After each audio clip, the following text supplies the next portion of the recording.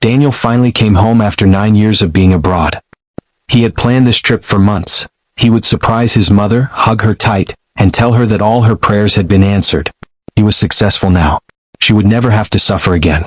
But what Daniel wasn't prepared for was finding his mother raising 2 children he had never seen before. And those 2 children would change everything he thought he knew about his life. Hello friends. Welcome to our story. Before we start, please like this video and subscribe. Also, tell us in the comments, where are you watching from? Florida? London?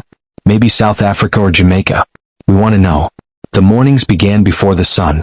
At 4:30 in the morning, while the rest of the street was still dark and quiet and sleeping, a 68-year-old woman was already on her feet. Margaret Jackson moved through her small kitchen the way a person moves when they have done the same thing so many times that their body no longer needs to ask their brain for directions. She didn't turn the light on right away. Her hands found the stove, found the pot, found the bag of flour on the second shelf, all without her eyes having to look. Her hands were rough and cracked. The knuckles were swollen, the skin on her palms thick and dry from years of work that had never really stopped. When she held them up sometimes and looked at them in the light, they told a story, not a soft story, not a comfortable one, but a true one. A story of cold mornings and heavy bags and long walks and a life that had asked a great deal from her and had not always given a great deal back. In the next room, 2 children slept. They didn't know it yet, they were too young to fully understand it, but everything they had in the world depended on those cracked hands. Margaret had been living like this for 9 years. 9 years of waking before the rest of the street woke up. 9 years of mixing batter and boiling eggs and wrapping sandwiches in foil while the sky outside was still black.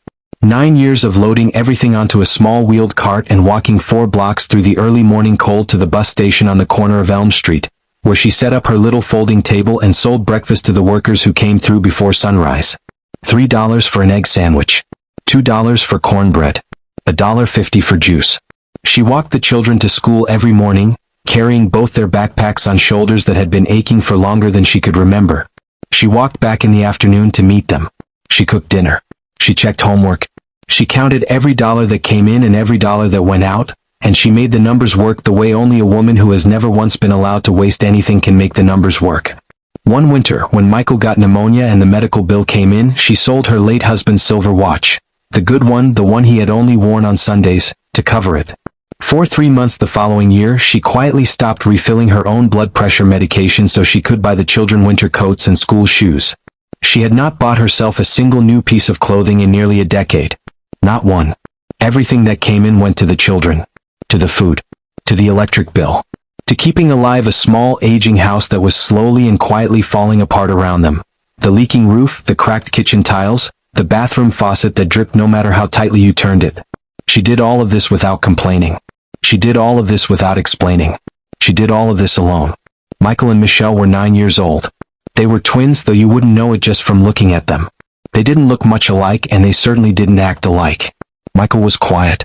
He was the kind of child who could sit for a full hour drawing trucks and cranes and bulldozers in an old notebook without saying a single word, not because he had nothing to say but because he preferred to watch and think before he opened his mouth.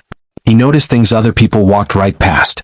When Margaret came home from the bus station in the mornings, it was always Michael who looked up first and checked her face before he said or did anything else. Just to make sure she was all right. Just to make sure the morning hadn't been too hard on her.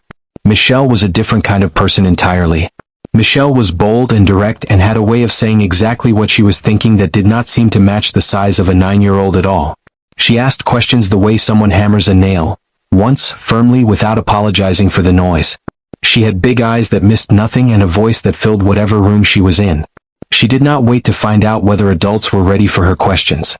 She asked them anyway and she waited, arms folded, for a proper answer. Both children called Margaret Grandma. It was the only name they had ever had for her. She was the only constant thing in their lives.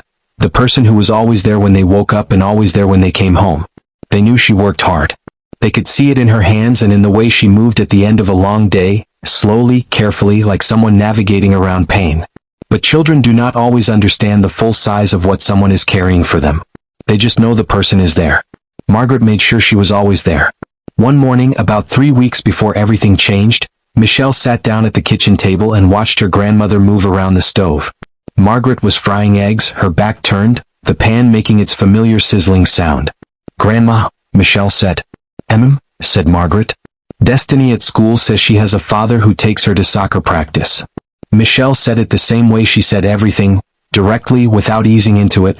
And James says his father fixes things when they break. Like the roof and stuff. Margaret didn't turn around. Is that right? She said. Do we have a father? Michelle asked.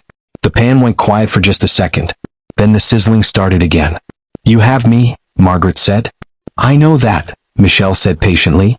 I mean additionally. Like specifically a father. From the doorway Michael appeared, already dressed for school, his notebook tucked under his arm. He looked at his sister. He looked at his grandmother's back. He said nothing, but he listened to everything. Margaret turned around and set the eggs on the table. She looked at Michelle for a long moment, at her serious eyes, her folded hands, her small chin lifted slightly, waiting. Some things, Margaret said carefully, take time to explain the right way. When the time is right, I will explain everything. I promise you. Michelle looked like she had a list of follow-up questions ready. But something in her grandmother's face, something heavy and honest and gentle all at once, made her press her lips together and nod. Michael said nothing. He sat down and picked up his fork. But before he started eating, he glanced up at the wall beside the kitchen door, where a single framed photograph hung. A young man in a blue work shirt, smiling, his arm raised in a wave, like he was saying goodbye to whoever was taking the picture. Michael had looked at that photograph many times. He didn't know why it made him feel something he couldn't name. Something between familiar and far away. He looked at it for one more second. Then he looked down at his plate. Margaret watched him, and her hand, which she had pressed flat against the counter, curled slowly into a fist, then relaxed.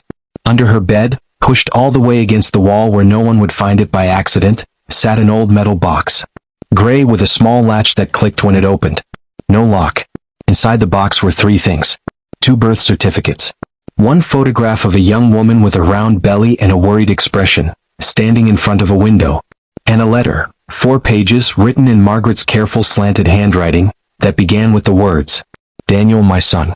There are things I should have told you a long time ago, and I am sorry that I waited this long to write them down. She had written the letter 3 years ago. She had added to it twice since then. She had never sent it. Every night she lay down on that bed, and just a few feet below her, the secret she had been carrying for 9 years lay in its box and waited. She was tired. Not just in her body, though her body was very tired. She was tired in a deeper way, the way a person gets tired when they have been holding something very heavy for a very long time and have begun to wonder if they will ever be able to put it down. But every morning at 4:30 she opened her eyes. And she got up. Because the children needed breakfast. Because the bus station opened early. Because there was no one else. She always got up. 9 years earlier, Daniel Jackson had been 23 years old and full of a particular kind of energy that young men get when they are tired of being poor and have finally decided to do something about it. He was not a bad son. That is important to understand. He loved his mother. He loved the small house on the edge of town where he had grown up. Even when the roof leaked and the heating was unreliable and the neighborhood felt like it was slowly being forgotten by the rest of the city. He loved all of it in the way you love something that has been hard, carefully, and with a complicated feeling in your chest that is equal parts affection and sadness. But he was 23 and he was tired of the complicated feeling, and a man he had met through a friend of a friend had told him about construction work overseas. Good money, real money, more in a month than he could make in 6 months at home. And something in Daniel had said yes before his brain had even finished thinking it through. He told his mother on a Tuesday evening, sitting at the same kitchen table where Michael and Michelle now ate their breakfast every morning. Margaret had gone very still when he told her. She didn't cry. She didn't raise her voice.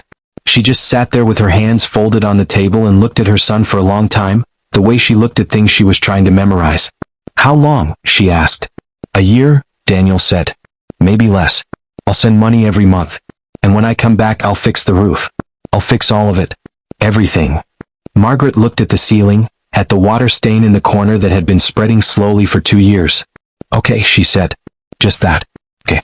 She did not tell him she was afraid. She tucked that away somewhere deep and quiet inside herself, the way she tucked away most things that were too large and sharp to leave out in the open. She helped him pack. She cooked his favorite meal the night before he left, rice and stewed chicken with cornbread on the side. She stood on the front step and watched his taxi pull away in the early morning dark. She stood there for a while after the taxi was gone, looking at the empty street. Then she went inside and started the day. At first, Daniel called every week. The calls came on Sunday evenings, and Margaret would sit in her chair by the window and listen to his voice come through the phone, A little tinny and far away, but recognizably his, still warm and quick and full of plans. He told her about the work, about the building sites and the long hours and the other workers from different countries, about how the food was strange but he was getting used to it, about the money he was saving.